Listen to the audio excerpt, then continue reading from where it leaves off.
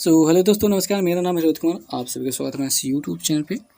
SSC MTS का जो भी अब तैयारी कर रहे हैं उसके लिए हमने मैथ के कुछ क्वेश्चन यहाँ पे लेकर के आए हैं और बहुत ही ज़रूरी, बहुत ही शानदार ये प्रश्न रहने वाले हैं। तो चलिए आइए देखते हैं कि क्या है इन प्रश्नों के उत्तर।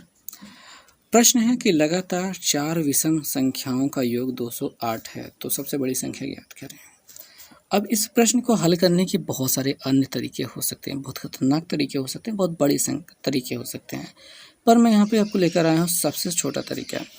सबसे पहली बात तो समझना है कि अगर कोई संख्या लगातार दी गई है, अगर जब भी लगातार आए तो लगातार का मतलब होता है उनके बीच का अंतर समान है। जब अंतर समान वाली संख्याएं होती हैं और ऐसी स्थितियों में जब हम सॉल्व करते हैं तो काफ़ी आसान तरीके से हम कर पाएंगे इन प्रश्नों को। यहाँ पे आपको योग दिया गया है 208, हमको 208 से मतलब है, हमने 208 लिखा और ये 4 विषम संख्याएं और हम इसको 4 से भाग करेंगे।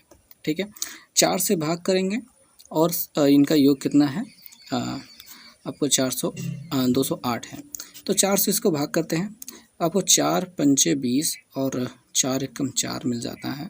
ठीक है, 4 पंचे 20, 4 एकम 4। तो इनका संख्या, इन चारों विषम संख्याओं का औसत क्या हो जाता है, 51 हो जाता है। ठीक है, सॉरी मुझसे गलती हो गई, यहाँ पे 8 था और 4 से भाग करने पर 2 आएगा। वही मैं इतनी देर से सोच रहा था कि मैं कहाँ गलती कर रहा हूँ। तो 52 मिल गया हमें। ठीक है, 4 विषम संख्याओं का योगफल 208 है। अगर हमने 4 से इसको भाग कर दिया तो हमको औसत मिल जाता है 52। ठीक है, औसत जो मिल जाता है 52, तो याद रखेंगे जो 52 औसत, जो भी औसत मिला है, अगर लगातार संख्याएं हैं तो उनके बीचों बीच वाली संख्या होती हैं, और लगातार विषम संख्याएं हैं तो 52 बीच में रहेगा। 52 बीच में रहेगा, 52 से बड़ा हो जाता है 53, 53 से बड़ा 54 होता है, लेकिन 54 तो सम है तो सम को छोड़ देंगे, 55 लिख लेंगे, 55 हो जाएगा। छोटा वाला लेंगे 51 और उससे छोटा वाला लेंगे तो 49 हो जाएगा। तो ये 52 हमारा औसत है, इसके ये कोई काम का नहीं है। सबसे बड़ी संख्या क्या हो जाएगी, हमारा 55 हो जाएगी, यही हमारा सही जवाब हो जाएगा। सबसे छोटी संख्या पूछा जाए तो 49 आपको दिखाई दे रहा है। ओके, तो इस प्रकार से प्रश्न को किया जा सकता है। अगला वाला प्रश्न देखेंगे, ये भी इसी प्रकार का प्रश्न हमने लिया है। 5 से विभाज्य 3 क्रमागत, यहाँ पे भी लगातार या फिर क्रमागत दोनों एक ही चीज़ होती हैं, क्रमागत कहा जाए या लगातार कहा जाए दोनों एक ही चीज़ होती हैं। तो 5 से विभाज्य 3 क्रमागत प्राकृतिक संख्याओं के योगफल आपका 225 दिया गया है। उनमें से सबसे बड़ी संख्या कौन सी, ये याद करना है। तो यहाँ पे भी क्रमागत है, तो हम देखेंगे कि 225 जो है हमारा योग है और हमारे पास कितनी संख्याएं हैं, 3 संख्याएं। 5 से मत भाग दे देना, नहीं पता चला 5 से कर दो। 3 संख्याएं, 3 से भाग करेंगे हम, तो 3 सते 21 हो रहा है और 3 पचे 15 हो रहा है। हमें क्या मिल रहा है, 75 मिल रहा है। औसत हमारा मिल गया है 75, और याद रखेंगे औसत हमेशा बीच वाली संख्या होती है, यहाँ 75 रख दिया है। अब यहाँ पे 5 से विभाज्य का मतलब 5 से पहाड़ा, और 5 से पहाड़ा का मतलब होता है सभी संख्याओं में 5 का अंतर है। अब ये 5 से घटने वाली गिनती है, तो ये भी उन्हीं का एक हिस्सा हो जाएगी। इसमें 5 जोड़ेंगे तो अपना 80 हो जाएगा और 5 घटाएंगे तो अपना 70 हो जाएगा। तो ये 3 वो संख्याएं हैं जिनका योगफल आपका ये 225 होगा, और ये सभी 5 के पहाड़ा में आने वाली गिनतियां हैं, और इसमें सबसे बड़ी कौन है, 80 है। तो आपका इस प्रकार से डी वाला विकल्प सही हो जाएगा। इस प्रश्न को करने के और भी तरीके हैं, लोगों के अन्य अन्य तरीके भी होते हैं, लेकिन ये सबसे आसान तरीका मुझे लगता है करने के लिए। तीसरा प्रश्न देखेंगे, 3 से विभाजित होने वाले 3 क्रमागत प्राकृतिक संख्याओं का योगफल 72 है। बिल्कुल वैसी बात है, 72 है।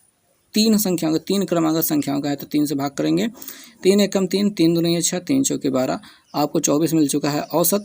और यहाँ पे 3 से विभाजित होने वाले, 3 से ये भी विभाजित होती है, तो मतलब ये भी अपना संख्या का हिस्सा रहेगी, और इसमें 3 जोड़ेंगे तो 24 3 27 होता है, तो बड़ी वाली संख्या 27 हो जाएगी, और 24 इसमें 3 घटाएंगे तो छोटी वाली संख्या 21 हो जाएगी।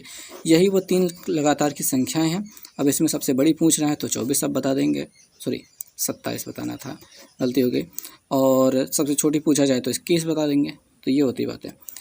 तो इस प्रश्न को आपने समझ लिया, बहुत ही आसान था।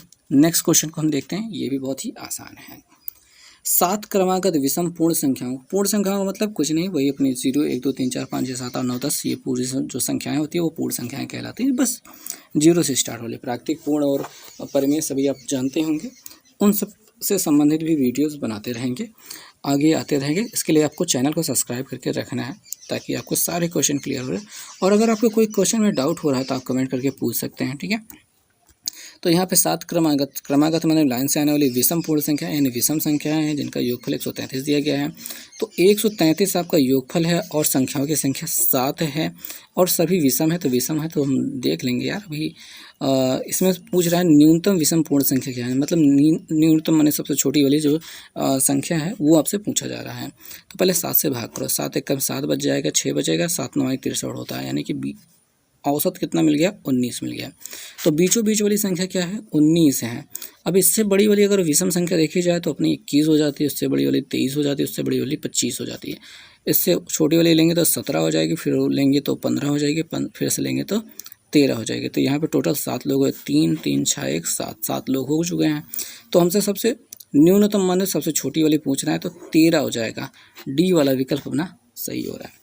तो उम्मीद करते हैं आपको ये प्रश्न पूरे समझ में आए होंगे। कैसा लगा वीडियो कमेंट करके ज़रूर बताइएगा। मिलेंगे नेक्स्ट वीडियो में, तब तक के लिए बहुत बहुत धन्यवाद।